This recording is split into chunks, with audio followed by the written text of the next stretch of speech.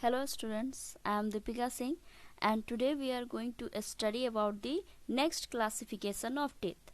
Previous lecture में हम लोग ने देखा था कि टीथ का दो टाइप्स के क्लासिफिकेशन देखा था. First on the basis of types of attachment. कितने टाइप्स के टीथ थे? There are 3 types of teeth, thecodont, acrodont and pleurodont. फिर हम लोग ने देखा था on the basis of number of sets. तो नंबर ऑफ सेट्स के भी बेसिस पे कितने टाइप्स के टीथ थे? 3 टाइप्स ऑफ टीथ देखा था मैंने, जैसे मोनोफायोडोंट, डाइफायोडोंट एंड पॉलीफायोडोंट. तो ये क्लासिफिकेशन हम लोग ने प्रीवियस लेक्चर में कवर किया था, जिसमें से हम लोग ने देखा था कि ह्यूमन बींग में कौन कौन सा टाइप्स का टीथ होता है. तो ह्यूमन बींग में अगर अटैचमेंट पे बात किया जाए तो थेकोडोंट होता है, और अगर नंबर ऑफ सेट्स पे बात किया जाए तो डाइफायोडोंट होता है. अब चलिए हम लोग नेक्स्ट क्लासिफिकेशन देखते हैं टीथ का. तो जो थर्ड क्लासिफिकेशन है टीथ का वो है on the basis of shape of teeth. तो अगर शेप की बात करें तो there are 2 types of teeth on the basis of shape. कितने टाइप्स के टीथ हैं? 2 टाइप्स ऑफ टीथ हैं. कौन कौन सा है? होमोडोंट है और हेट्रोडोंट है. कौन कौन सा है? Homodont and heterodont. होमोडोंट का मतलब होता है जितने भी टीथ माउथ में होते हैं वो सारे सेम शेप के होते हैं. All the teeth are identical होता है और सब कैसा होता है? सेम शेप का होता है. कोई भी डिफ्रेंशिएशन नहीं होता है उनके शेप में.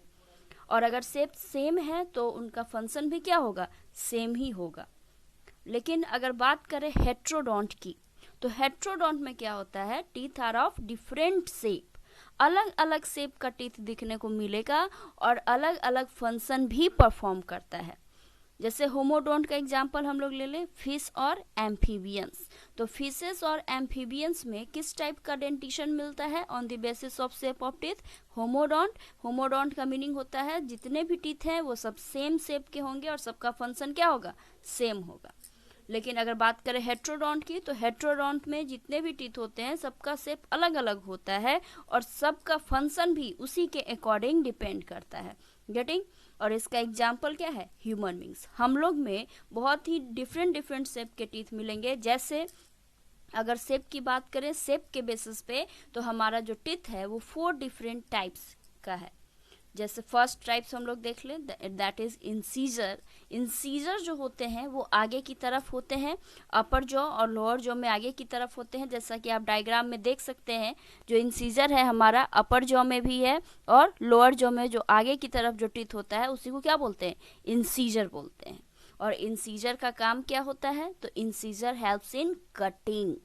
कटिंग बोले तो आप जब एप्पल खाते हैं तो एप्पल को जो कट करते हैं तो कौन से टीथ से करते हैं? ऑब्वियसली इंसीजर से, आगे वाले टीथ से.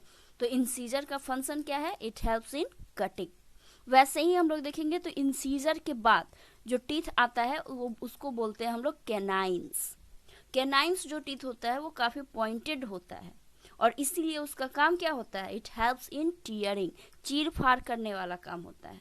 और इसीलिए जो कैनाइन्स होते हैं वो मोस्ट डेवलप होते हैं इन कार्निवोर्स. क्लियर है? जो नेक्स्ट टाइप है हमारा टीथ का on the basis of shape, that is premolars. Premolars जो टीथ होते हैं, आप देखिएगा अगले लेक्चर में कि प्रीमोलर्स जो टीथ होते हैं वो एडल्ट में मिलते हैं, वो चाइल्ड स्टेज में नहीं मिलते हैं. टेम्पररी टीथ में वो प्रेजेंट नहीं होते हैं, वो बाद में आते हैं. वो परमानेंट सेट ऑफ टीथ का एग्जांपल है. कौन? प्रीमोलर्स. और प्रीमोलर्स का काम क्या है? फंक्शन क्या है? It helps in grinding. Grinding का मीन्स होता है चबाना. फूड को बहुत ही सिंपलेस्ट फॉर्म ऑफ पीसेस में ब्रेक करने को बोलते हैं ग्राइंडिंग. तो प्रीमोलर्स हो या फिर जो नेक्स्ट टाइप है हमारा मोलर्स, ये दोनों का फंक्शन क्या है? It helps in grinding. Food को चबाने का काम करता है, स्मॉल फाइन पार्टिकल्स में ब्रेक डाउन करने का काम करता है. जैसा कि आप डायग्राम में देख सकते हैं, प्रीमोलर्स दिख रहा है आपको एंड देन मोलर्स. तो अगर हम लोग देखें तो इंसीजर्स जो है वो सबसे फ्रंट वाला है, उसके बाद कैनाइन्स होते हैं और देन प्रीमोलर्स होता है एंड फाइनली जो लास्ट हमारा टीथ है दैट इज कॉल्ड मोलर्स. तो आप चारों जो 4 डिफरेंट टाइप्स ऑफ टीथ हैं on the basis of shape, उसका फंक्शन क्लियर है. फिर से एक बार रिवाइज कर लेते हैं. Incisors that helps in cutting, canines that helps in tearing, premolars and molars helps in grinding. तो ये जो क्लासिफिकेशन दिया गया है टीथ का वो दिया गया है on the basis of shape. लेकिन ये जो क्लासिफिकेशन है ये सिर्फ ह्यूमन बींग्स में मिलते हैं। गेटिंग? फिशेस और एम्फीबियंस में इंसीजर्स, कैनाइन, प्रीमोलर्स, मोलर्स नहीं होते हैं। उसमें जो भी टीथ होते हैं उसका शेप एंड फंक्शन सबका क्या होता है? सेम होता है। तो ये क्लियर है क्लासिफिकेशन। अब हम चलिए हम लोग लास्ट क्लासिफिकेशन की तरफ मूव करते हैं on the basis of shape of cusp. Cusp का जो शेप होता है वो अलग अलग होता है। ऑर्गेनिज्म में देखा जाए तो अलग अलग मिलेगा आपको देखने को। तो टोटल कस्प के शेप के बेसिस पे total 4 different types of teeth हैं। अब कस्प होता क्या है? तो कस्प जो हमारा जो टीथ होता है इसके ऊपर एलिवेशंस होते हैं, माउंटिंग्स होते हैं, ऊपर की तरफ इरेगुलर सरफेसेस होते हैं। आप जब टच कीजिएगा तो आपको फील होगा कि कुछ इलेवेशन ऊपर की तरफ उठा हुआ कोई कुछ इरेगुलर सरफेसेस आपको फील होगा। उसी को हम क्या बोलते हैं? कस्प बोलते हैं। तो कस्प का जो शेप है उसके बेसिस पे टीथ का क्लासिफाई किया गया है। कितने टाइप्स में? 4 डिफरेंट टाइप्स में क्लासिफाई किया गया है। पहला जो क्लासिफिकेशन है that is first type of जो टीथ है दैट इज ब्यूनोडोंट। ब्यूनोडोंट जो क्लासिफिकेशन है इसमें क्या होता है? जो कस्प का जो शेप है वो ब्लंट होता है। ब्लंट आप डायग्राम में देख सकते हैं, बिल्कुल पॉइंटेड नहीं होता है। कैसा होता है? ब्लंट होता है। स्लाइटली स्मूथ सरफेस बोल सकते हैं इसको, पॉइंटेड नहीं बोल सकते हैं। और ये जो टाइप ऑफ टीथ है ये मिलता है ह्यूमन बींग्स में। तो कस्प के शेप के बेसिस पे हम लोग अभी तक ब्यूनोडोन देखे हैं जिसका एग्जांपल क्या है? ह्यूमन बींग है।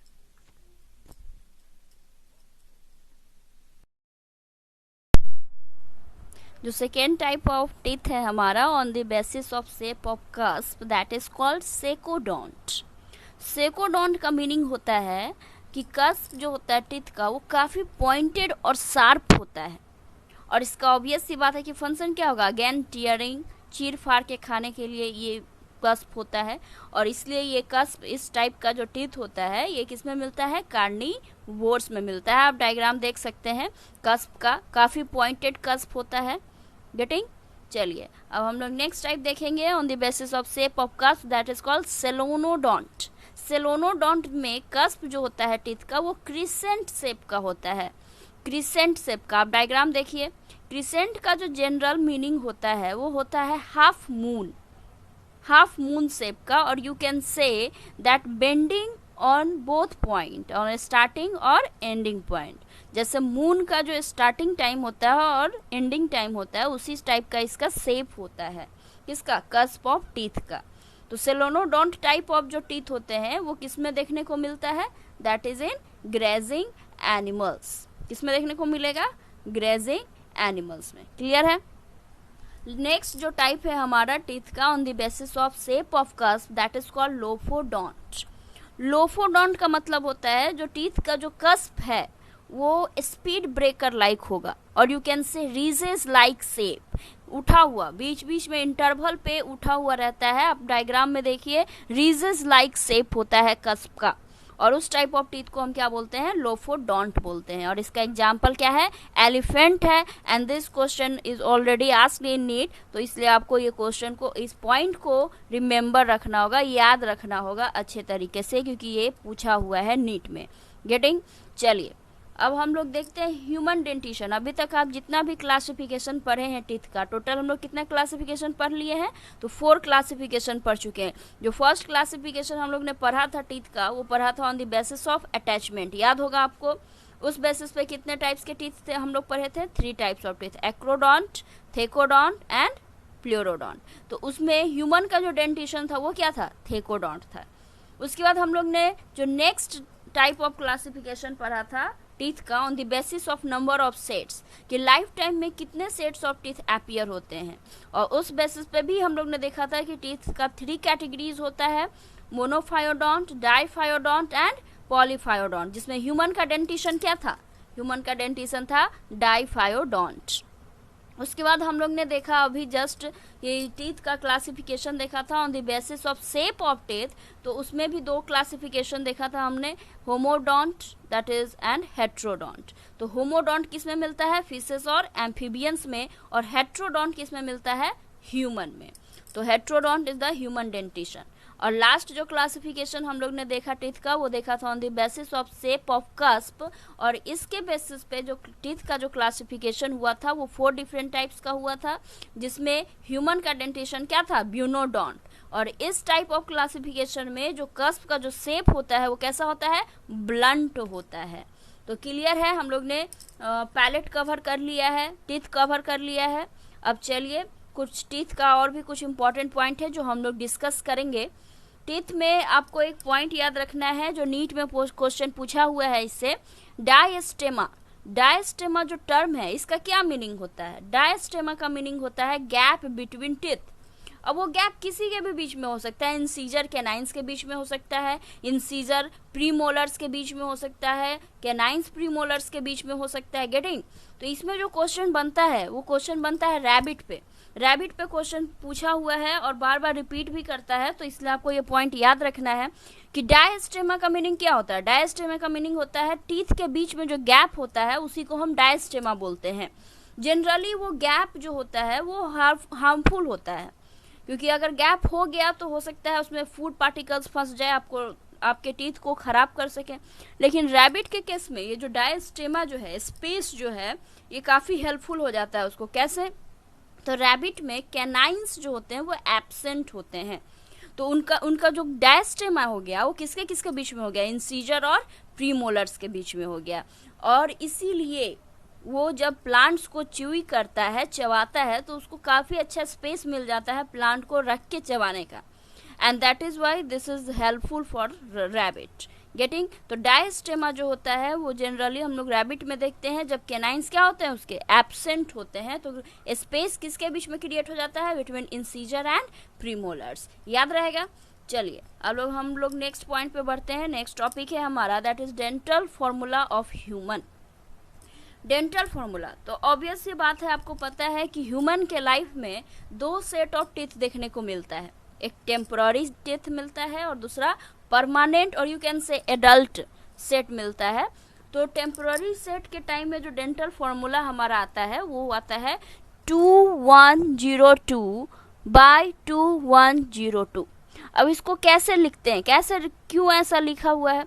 तो जो अपर लिखा हुआ है 2102 ये रिप्रेजेंट करता है हमारा upper jaw, upper half jaw या upper half set of teeth को रिप्रेजेंट करता है, और नीचे जो 2102 लिखा हुआ है ये रिप्रेजेंट करता है लोअर हाफ सेट को या लोअर हाफ टीथ को। क्लियर है? अब देखिए यहाँ पे 2102 जो लिखा हुआ है, जो फर्स्ट 2 है ये किसको रिप्रेजेंट करता है, इंसीजर को रिप्रेजेंट करता है। जो 1 लिखा हुआ है वो किसको रिप्रेजेंट करता है, कैनाइंस को रिप्रेजेंट करता है।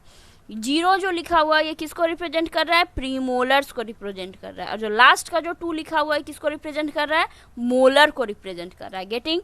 यहाँ पे मैंने पहले बोला था आपको कि प्रीमोलर्स जो होते हैं वो टेम्पररी सेट में नहीं मिलते हैं, तो डेंटल फॉर्मूला से आपको पता चल रहा है कि यहाँ प्रीमोलर क्या है, 0 है। प्रीमोलर कब ऑब्टेन होता है, कब एपियर होता है, तो प्रीमोलर जो होता है वो परमानेंट टाइम एपियर होता है। क्लियर है? तो चलिए अब हम लोग सेकेंड सेट ऑफ टीथ देखते हैं, दैट इज परमानेंट टीथ।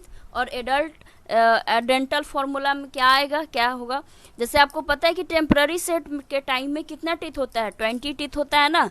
तो आप देख लो, जोड़ लो, 5 ऊपर 5 नीचे, और उसको 2 से मल्टीप्लाई हम लोग क्यों कर रहे हैं, क्योंकि ये हाफ जॉ का है, half upper and half lower jaw का है, तो इसको डबल से मल्टीप्लाई करेंगे तो complete upper and complete lower jaw का होगा।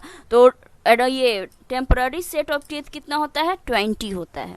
क्लियर है? अब हम लोग सेकेंड सेट ऑफ टीथ देखेंगे, दैट इज परमानेंट टीथ।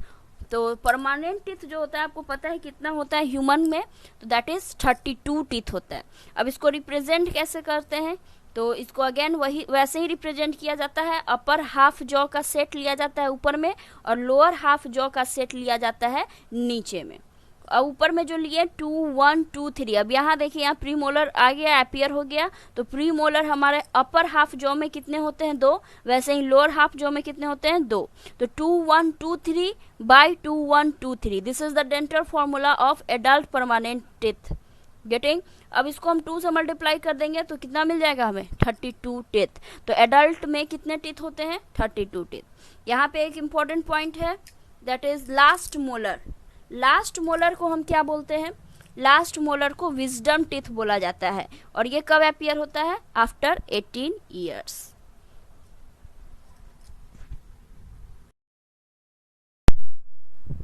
चलिए अब हम लोग देखेंगे last topic of teeth, that is structure of tooth.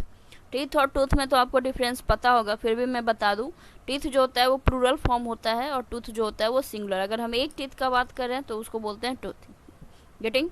चलिए स्ट्रक्चर ऑफ टूथ पे बात करेंगे हम लोग।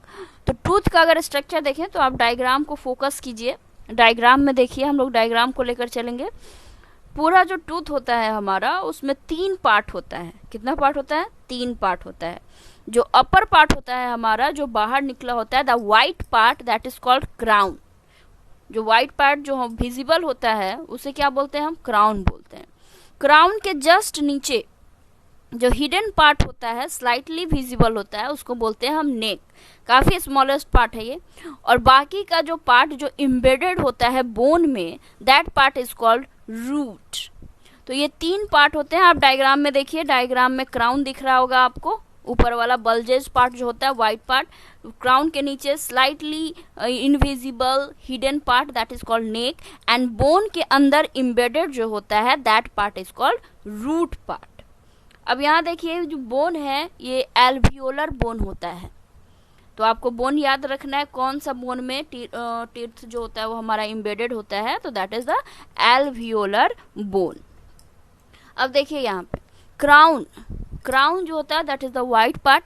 जो टूथ हमारा होता है इसमें 3 लेयर्स होते हैं। कितने लेयर्स होते हैं? 3 लेयर्स होते हैं। जो फर्स्ट लेयर है क्राउन के ऊपर होता है, क्राउन को कवर किए हुए रहता है, and that layer is called enamel. क्या बोलते हैं इसको? इनेमल। इनेमल जो होता है that is the hardest substance of our body. Enamel जो होता है वो हार्डेस्ट सब्सटेंस होता है बॉडी का। बहुत बार क्वेश्चन पूछा है तो आपको याद रखना है। इनेमल का जो ओरिजिन, अगर ओरिजिन की बात करें तो ऑब्वियस सी बात है, it is the ectodermal in origin. Hardest substance है तो ये किससे बना हुआ है? तो ये बना हुआ है कैल्शियम सॉल्ट से। कौन कौन से? कैल्शियम फॉस्फेट एंड फ्लोराइड से बना हुआ है। इनेमल जो है that is the dead part of our tooth, वो डेड होता है। और ये जो इनेमल का जो लेयर है इसको सेक्रेट करता है जो सेल, उसको बोलते हैं एमिलोब्लास्ट सेल। तो इनेमल सबसे पहले क्या पॉइंट हमें याद रखना है कि ये हार्डेस्ट सब्सटेंस होता है हमारे बॉडी का, एक्टोडर्मल इन ओरिजिन होता है, कैल्शियम सॉल्ट से मिलकर बना होता है, डेड पार्ट होता है हमारे बॉडी का। गेटिंग? और इसको सेक्रेट कौन करता है? कौन सा सेल? एमिलोब्लास्ट सेल। क्लियर है? डायग्राम में आप देखेंगे कि डायग्राम में इनेमल जो सबसे आउटर मोस्ट लेयर है, आप देख सकते हैं डायग्राम में इनेमल सबसे आउटर मोस्ट लेयर है। गेटिंग? अब इनेमल के अंदर जो लेयर होता है टूथ में उसको बोलते हैं डेंटाइन। क्या बोलते हैं? डेंटाइन। और डेंटाइन आप देख सकते हैं, डेंटाइन जो होता है वो मेजोडर्मल इन ओरिजिन होता है। डेंटाइन जो होता है वो कैसा होता है? मेजोडर्मल इन ओरिजिन होता है। और वो कौन से सेल से सेक्रेट होता है? वो सेक्रेट होता है ओडोंटोब्लास्ट सेल से। तो अभी इनेमल क्या था? Ectodermal in origin. डेंटाइन कैसा है? मेजोडर्मल इन ओरिजिन है। और कौन सेक्रेट करता है? कौन सेल सेक्रेट करता है? तो ओडोंटोब्लास्ट सेल सेक्रेट करता है। डायग्राम में आप देखिए डेंटाइन, तो डेंटाइन आपको दिखेगा, जो मिडिल लेयर है टूथ का वो डेंटाइन होता है। क्लियर है? तो सबसे outer most layer is enamel. Enamel के अंदर जो लेयर है वो डेंटाइन है। और जो इनर मोस्ट लेयर होता है that is the pulp cavity. क्या बोलते हैं उसको? पल्प कैविटी बोलते हैं। अब देखिए यहाँ पे मैंने बताया आपको कि इनेमल भी क्या होता है? इनेमल डेड होता है, डेंटाइन भी डेड होता है, लेकिन पल्प कैविटी जो होता है वो कैसा होता है? वो लिविंग होता है। और वो लिविंग क्यों होता है? तो उसके अंदर बहुत सारे ब्लड वेसल्स और नर्व फाइबर्स का सप्लाई होता है। और वो जो नैरो लाइक स्ट्रक्चर बना हुआ है रूट में, that is called root canal. क्या बोलते हैं उसको? रूट कैनाल बोलते हैं। तो आप डायग्राम को गौर से देखिए, आपको दिखेगा आउटर मोस्ट लेयर क्या है? इनेमल है। इनेमल के नीचे क्या है? डेंटाइन है। और द इनर मोस्ट लेयर क्या है? Pulp cavity. और पल्प कैविटी कैसा होता है? लिविंग होता है and supplied with blood vessel होता है। वैसे ही हम लोग जब देखे थे तो जो व्हाइट पार्ट है दैट इज द क्राउन, उसके नीचे वाला नेक, और जो एम्बेडेड पार्ट है उसको बोलते हैं रूट। जो रूट पार्ट होता है उसी में ब्लड वेसल और नर्व फाइबर्स का सप्लाई होता है, और वो कैनाल टाइप का पार्ट होता है, पाथ होता है। तो कैनाल, उसी कैनाल को क्या बोलते हैं, रूट कैनाल बोलते हैं। आपका जब दांत काफ़ी ज़्यादा अंदर से खोखला हो जाता है तो आप आरसीटी करवाते हैं, तो आरसीटी बेसिकली है क्या, रूट कैनाल थेरेपी है। यहीं पे जाके आपका फिर फिलअप किया जाता है, साफ सफाई किया जाता है, गेटिंग, इसी कैनाल में। अब देखिए ओडोंटोब्लास्ट सेल जो होता है वो जो डेंटाइन को सेक्रेट करता है वो कहाँ प्रेजेंट है, तो आप डायग्राम में देख सकते हैं ओडोंटोब्लास्ट सेल कहाँ प्रेजेंट होता है, और ये क्या सेक्रेट करता है, डेंटाइन सेक्रेट करता है। आप देख रहे हैं कि एक फोरामन है कि स्पेस खुला हुआ है रूट में, देखिए उसको क्या बोलते हैं, एपाइकल फोरामन बोलते हैं, गेटिंग। वहीं से ब्लड वेसल और नर्व फाइबर्स का क्या होता है, सप्लाई होता है। और एक मेम्ब्रेन लाइक स्ट्रक्चर होता है रूट में, रूट के पार्ट में, उस मेम्ब्रेन को क्या बोलते हैं, पेरिडोंटल मेम्ब्रेन। तो आपको स्ट्रक्चर ऑफ टूथ क्लियर होगा, एक बार और रिवाइज करवा देते हैं। स्ट्रक्चर ऑफ टूथ की बात करें तो टूथ का 3 पार्ट होता है। Crown is the white part which is visible, neck is the very hidden part, that is the slightly invisible part you can say, and the root is the last part which is embedded in the alveolar bone। Tooth में 3 layer होता है, जो outer most layer होता है वो enamel का होता है। इनेमल जो होता है वो हार्डेस्ट सब्सटेंस होता है बॉडी का, हमारे पूरे बॉडी का हार्डेस्ट सब्सटेंस है। एक्टोडर्मल ओरिजिन है, कैल्शियम सॉल्ट से बना हुआ है। इसको सेक्रेट कौन करता है, तो एमिलोब्लास्ट सेल सेक्रेट करता है। इनेमल के बाद डेंटाइन आया, डेंटाइन जो है वो मिडिल लेयर है टूथ का, और इसको सेक्रेट कौन करता है, ओडोंटोब्लास्ट सेल करता है, और ये मेसोडर्मल इन ओरिजिन होता है, और ये भी कैल्शियम सॉल्ट का ही बना होता है, गेटिंग। जो इनर मोस्ट लेयर होता है that is called pulp cavity, ये लिविंग है, और इसी में ब्लड वेसल और नर्व फाइबर्स का क्या होता है, सप्लाई होता है। ये जो रूट पार्ट है इसमें नीचे की तरफ बेस में एक होल होता है, और यू कैन से फोरामन होता है, उसको क्या बोलते हैं, एपाइकल फोरामन बोलते हैं, और उसी फोरामन से ब्लड वेसल और नर्व फाइबर्स का सप्लाई होता है। क्लियर है। चलिए अब नेक्स्ट लेक्चर में हम लोग पढ़ेंगे with the muscular tongue. Thank you.